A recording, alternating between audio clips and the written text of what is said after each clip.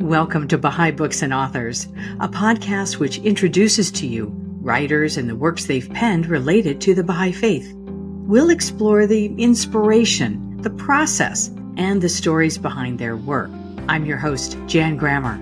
This podcast is produced by World Unity Media, which also produces Baha'i audiobooks.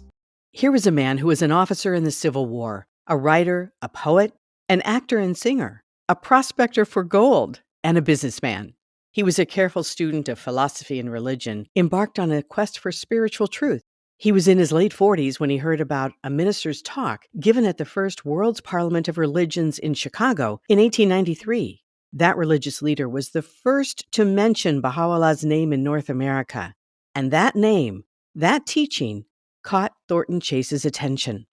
Thornton Chase was deeply devoted to Abdu'l-Baha and instrumental in the development of the Baha'i community in this country from its inception. He was named by Abdu'l-Baha as the first American Baha'i, among the earliest to recognize a message destined to span the globe. In his book, Thornton Chase, First American Baha'i, historian Robert Stockman illuminates the spiritual journey of a man in earnest search of religious truth and the unity of the human family at the turn of the 20th century. Through letters, journals, and careful scholarship, the author reveals how an ordinary life became quite extraordinary and how one person's spiritual consecration helped lay the foundation for the Baha'i community in America. I'm very happy to welcome you, Rob. Thank you very much, Jan. I'm delighted to be here.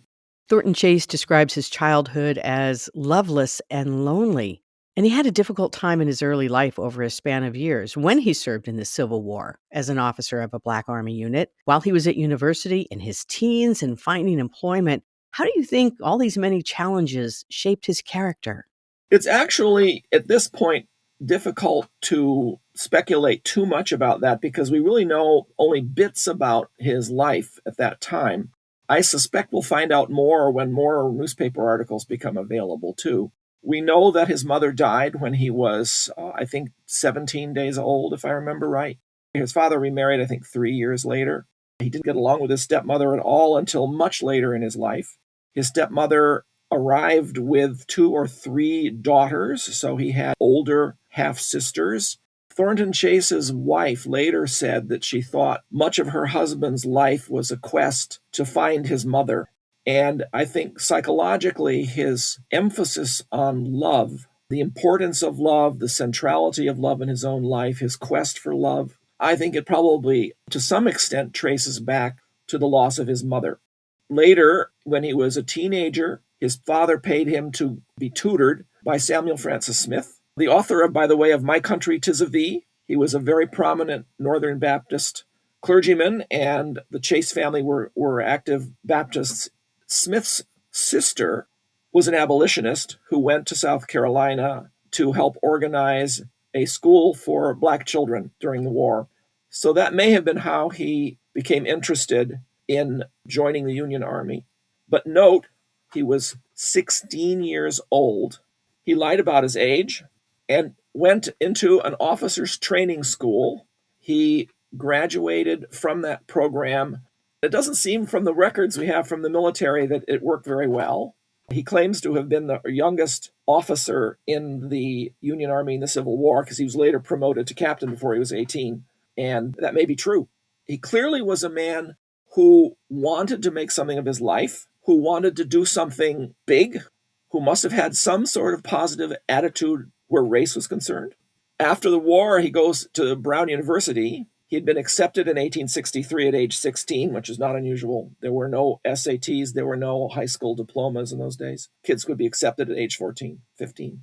But what is it going to be like as a Union Army veteran and captain to go study Latin, Greek, geometry, and algebra for most of 4 years? He dropped out after a semester and a half. Again, a failure, and that must have been difficult too. But the silver lining, of course, was that he met his future wife. How, we don't know. His marriage was a failure, not immediately. He had 2 kids. His employment was checkered, and ultimately was a failure in many ways for 25 years anyway. So, a difficult early adulthood. At about 25, he experienced a profound vision. What did he see and how did it transform him? He describes his vision to a Chicago Baha'i, Mrs. Waite, who herself had had a vision. I guess she had written him and described her vision to him. Now, he doesn't say when he had this vision in this letter, and I won't read the whole thing, but I'll read a little tiny bit of it.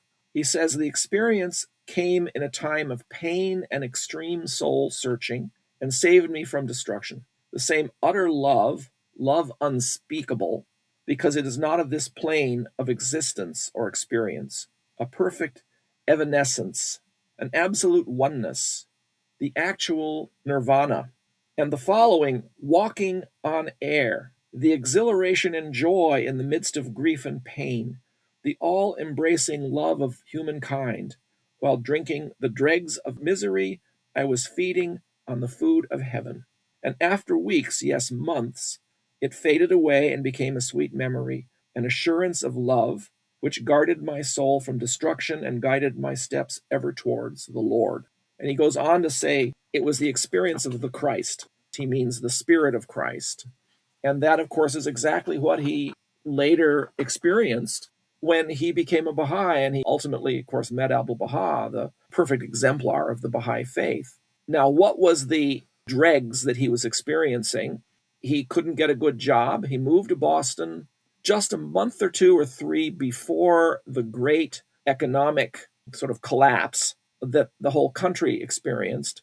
He was singing in various church choirs and getting a little tiny bit of money for that, basically unable to earn any money. At a time, his wife and his first child were in Springfield, and then his wife was pregnant with their second child. So he must have felt extreme misery. If we're right, this vision that he's describing is that vision at that time, because that's the only time we're aware that he had this kind of experience. In 1894, at the age of 48, just 2 years after the ascension of Baha'u'llah, Thornton Chase embraced the Baha'i faith. What drew him to it at that stage of his life? I think it's safe to say that he was working his way towards the Baha'i faith, starting with that vision in the 1870s, when he had this experience of unspeakable, undescribable love. So he clearly was a religious mystic and a seeker. We know that a few years later, he had moved to Colorado and he encountered the Swedenborgian Church, which believed that basically a lot of Protestant dogma was the wrong direction to go and that it's much more focused on mystical type things. Ultimately, he left that church because he didn't find their teachings compatible with his beliefs. He began to read books about other religions. At that point, there was more and more material available about Buddhism and Hinduism, Islam. We don't know exactly what he read. We also know he was very interested in biblical prophecy. And at some point, he took a Bible and cut it up in order to pull out the prophetic passages. So all of these things prepared him to hear from a work colleague in Chicago in 1894 that a man had just told this other gentleman that God had just walked on the earth. This, of course, is a reference to Baha'u'llah. And the man who had taught this in the United States was a Lebanese Christian man who had become a Baha'i in Egypt in the late 1880s, named Ibrahim Karela, or Khairullah, as the Persians would pronounce it. The man who told him about this was a grain merchant named William James, Chase and James, and another man named Edward Dennis, and a woman named Miriam, I can't remember her maiden name now, seem to have formed the very first class on the Baha'i faith in June of 1894. All four of them became Baha'is. Thornton Chase probably in 1895, the other three probably in 1894, but the other three all left the faith later. Abdu'l-Baha's statement that he is the first Baha'i, I think, is a title especially referring to his steadfastness and his utter devotion and faith in Baha'u'llah. You describe his pilgrimage in 1907 as the beginning of his spiritual adventure. Why do you highlight that moment as pivotal when he'd already been a Baha'i for more than a decade? Obviously, Thornton Chase's spiritual journey starts in the 1870s at least, if not earlier in his life, and continuously progressed over time. But the pilgrimage had particularly profound impact on him. And there's this passage in his little pilgrimage book called In Galilee, where he describes when he's leaving the house of Abdu'l-Baha in Akka, the carriage at one point has to stop, and they are waiting for a third horse to be added to it. He says, "We were surrounded by vendors and beggars, calling out the names of the loved one we had left, evidently hoping thus to extract money from us. We had descended from a realm of happiness, peace, and light to an underworld of grief and strife. Never before had we so perceived the ignorance and animalism which possesses men, and at first we shrank from them. But when we noted their condition, their sickness, their burdens and griefs, a longing tenderness welled up in our hearts towards them and to all creatures, a great wish to pour out on them the fragrances of peace, goodwill, and love, to lift them up from darkness to light, from ignorance to knowledge, from hell to heaven, and to serve them even to the extinction of self." And that, I think, summarizes the spiritual impact that the pilgrimage had on him and how it changed him. Immediately after that, Abdu'l-Baha sends him a tablet and gives him the title of Sabet, steadfast. Please tell us about his relationship with Abdu'l-Baha and his deep devotion to the master. Of course, it took a while for him to develop it in that he didn't meet Abdu'l-Baha until 1907. But even before then, you read the letters that he wrote to Abdu'l-Baha. We have copies of them still in the Thornton Chase papers. And we have a sense of how much he poured his heart out to the master. We have, of course, Abdu'l-Baha's tablets back to him as well. So that gives us some sort of window into the relationship. But after he returns from pilgrimage, he writes poems about Abdu'l-Baha. He devotes a lot of his correspondence talking about Abdu'l-Baha. When Abdu'l-Baha arrives in America, he follows Abdu'l-Baha's journey across the continent very closely. Abdu'l-Baha had a great affection, clearly, for Thornton Chase as well. When Thornton Chase passed away, Abdu'l-Baha at that time was crossing Nevada on the train on his way to California. He received a telegram that Thornton Chase had passed. Of course, he spent most of his time in San Francisco, but he did go down to Los Angeles to visit Thornton Chase's grave, and that was the main reason he went to Los Angeles. He was not planning to travel the West Coast at all. He kissed the grave. He said a prayer for Thornton Chase there, and he told the Baha'is to commemorate Thornton Chase's passing every year, and he gave a little eulogy. So they had a close relationship. You've mentioned many times that Thornton Chase was such a loving person. That love extended, of course, beyond the master to his fellow believers and acquaintances, and really humanity at large. How did he express that love and that care? The main evidence that we have is his correspondence. We don't have a lot of oral history about his interacting with individuals.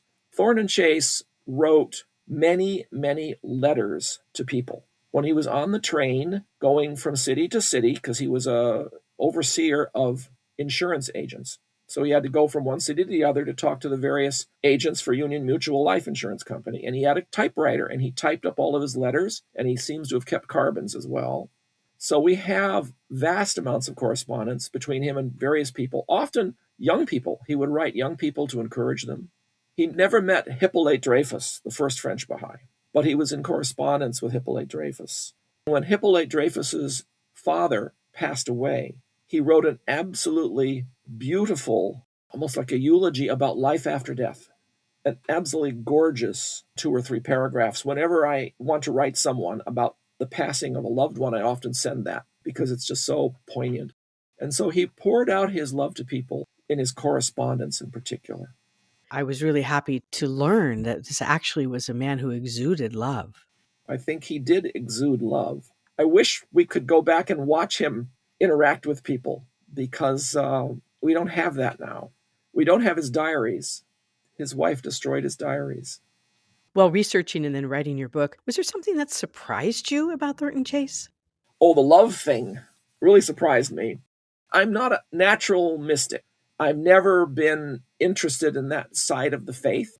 Thornton Chase really introduced it to me. And in many ways, he changed my relationship to the faith spiritually.